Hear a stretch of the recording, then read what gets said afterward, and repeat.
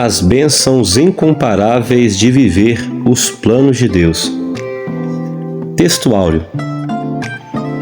Vós bem tentastes mal contra mim, porém Deus o tornou em bem.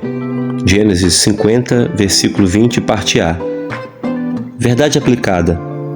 Um relacionamento com o Senhor, conforme as Escrituras, faz a diferença na vivência de todas as situações da vida.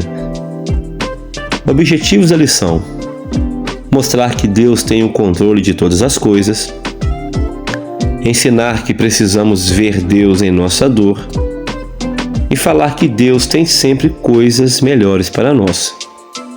Referência bíblica: Gênesis 48, versículos 11 ao 14. E Israel disse a José: Eu não cuidara ver o teu rosto, e eis que Deus me fez ver a sua semente também. Então José os tirou de seus joelhos e inclinou-se à terra diante da sua face. E tomou José a ambos, a Efraim na sua mão direita, à esquerda de Israel, e a Manassés na sua mão esquerda, à direita de Israel, e fê-los chegar a ele. Mas Israel estendeu sua mão direita e a pôs sobre a cabeça de Efraim, ainda que era o menor, e a sua esquerda sobre a cabeça de Manassés, dirigindo suas mãos avisadamente, ainda que Manassés era o primogênito. Leituras complementares. Gênesis 45, 5 ou 8. Deus enviou José para a conservação da vida. Salmo 76, 7 ao 10. Deus é um Deus terrível. Salmo 105, 19 ao 22. Deus guardou seu pacto com os patriarcas. Salmo 149, 1 ao 4. Louvai a Deus com um cântico novo. Sofonias 2, 1 ao 3. Ser escondido no dia da ira do Senhor. E Atos 3, 13 ao 15. Jesus, o príncipe da vida. Introdução. Veremos que a vida de José é um exemplo de postura que deve ser adotada pelos discípulos de Cristo diante de realidades adversas e favoráveis. Ele demonstrou uma visão de mundo baseada em sua fé em Deus, nas promessas e também nos propósitos do Senhor na sua vida e dos seus. Capítulo 1. Deus revela o que está para fazer. Em sua soberania e como parte de seu plano, Deus revela a Faraó em sonhos o que estava para acontecer e capacitou José para interpretar os sonhos. Tais relatos revelam um pano de fundo sobre a ida de Israel e de sua família para o Egito e o testemunho sobre o Deus Todo-Poderoso em pleno território marcado pelo politeísmo. 1.1. Os sonhos de Faraó. Os sonhos de Faraó, assim como no caso de José, não eram sonhos comuns, mas revelações de Deus sobre um futuro breve. Deus estava dando ao monarca do mundo o poder para saber o que o próprio Deus estava para fazer. Mas isso não sem seu pequeno servo que se encontra em sua masmorra. Quanta ironia! O homem mais poderoso do mundo naquela época depender seu destino e de seu reino pelas mãos de um prisioneiro esquecido. Os sonhos de Faraó, na verdade, eram revelações sobre 7 anos de abundância seguidos por 7 anos de extrema fome. José não apenas recebeu de Deus a palavra de conhecimento, porque ele discerniu a revelação, como também a palavra de sabedoria, porque ele apresentou uma sábia solução. Esta atuação especial de José vai colocá-lo no topo do Egito ao lado do Faraó. 1.2. José posto sobre toda a terra do Egito. A presença e a participação de José não salvou apenas o Egito. Salvou também todos os povos menores que vieram buscar mantimentos no Egito, incluindo a família de José. Este é o momento de vermos as desgraças na vida de José do lado avesso.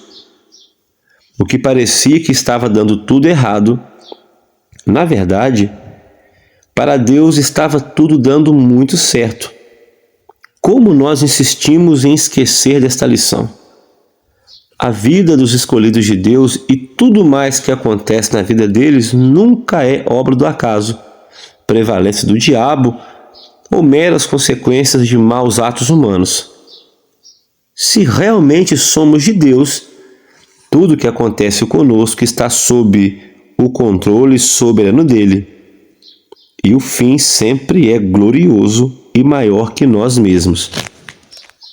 1.3 O propósito providencial de Deus. José deveria ser um homem amargurado com a vida por olhar para trás e ver que tudo que teve que passar para chegar onde chegou. Mas ele adquiriu uma visão transcendente da própria vida e da própria dor.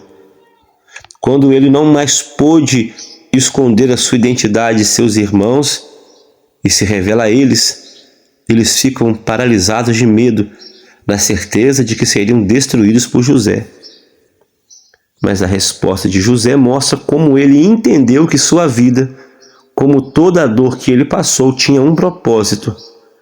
José não nega a responsabilidade cruel dos seus irmãos, mas ele entende que o Deus dele é soberano e conduz tudo em sua vida.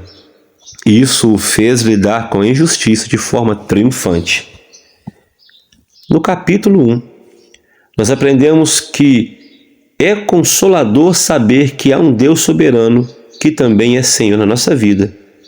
Isso muda completamente a forma como lidamos com o sofrimento, pois entendemos que Deus tem propósitos maiores para nós. Capítulo 2. Vivendo segundo os planos de Deus. A forma como José lidou com as suas crises carrega uma perspectiva de fé que precisamos aprender a ter. Para ele, Deus estava operando em todo o tempo, não só no livramento. E crer nisso faz muita diferença. 2.1 A preservação do povo da aliança. José está com a mente nas promessas feitas por Deus aos seus antepassados, Abraão e Isaque. Ele sabe que Deus tem um povo dele em sua família e propósitos gloriosos com eles, e que, por isso, este povo não pode deixar de existir. Isso fez ele entender que tudo o que lhe aconteceu, na verdade, era Deus em sua sabedoria, fazendo o que precisava para este projeto maior. Os sonhos que José teve quando tinha seus 17 anos nunca foram apagados da sua memória e coração. Ele sabia que, mesmo passando por qualquer situação difícil, Deus iria preservá-lo para, através dele, preservar o povo da aliança. 2.2 Exaltado por um propósito. Não apenas a humilhação de José foi providência de Deus, mas também a sua exaltação. José entende que Deus abate ou exalta segundo a sua vontade, de acordo com o seu propósito. E isso, como fica claro no caso de José, não tem necessariamente a ver com punição aos maus ou recompensa aos bons. Isso tem a ver com os propósitos maiores e além das decisões humanas. As decisões más dos irmãos de José foram usadas soberanamente por Deus para seus propósitos. As atitudes boas de José foram usadas por Deus para colocá-lo onde Deus queria. Olhando assim, podemos afirmar com toda certeza que Deus é soberano. 2.3 O príncipe abençoando o rei. Jacó havia sofrido luto por José, mas assim como Abraão teve Isaque de volta pela intervenção de Deus, Jacó pode rever seu filho, digamos, ressurreto. E nessa notícia tão boa, ele também reviveu. Gênesis 45, 25 ao 28. Era plano de Deus que Jacó fosse ao Egito com a sua família. O propósito de Deus era que o próprio Jacó, o guerreiro de Deus, abençoasse o grande Faraó. Deus não apenas havia exaltado José no Egito diante de Faraó, mas também o próprio Israel abençoando um grande monarca por meio de um camponês insignificante para os homens. Mas este camponês insignificante para Deus era um verdadeiro príncipe, o seu príncipe. Podemos não ser nada para os homens aqui na terra, mas podemos ter a certeza de que para Deus somos alguém. Nós somos dele. No capítulo 2, nós aprendemos que Deus tanto abate quanto exalta segundo a sua própria vontade e propósito. Capítulo 3. Quando uma pessoa se submete aos planos de Deus.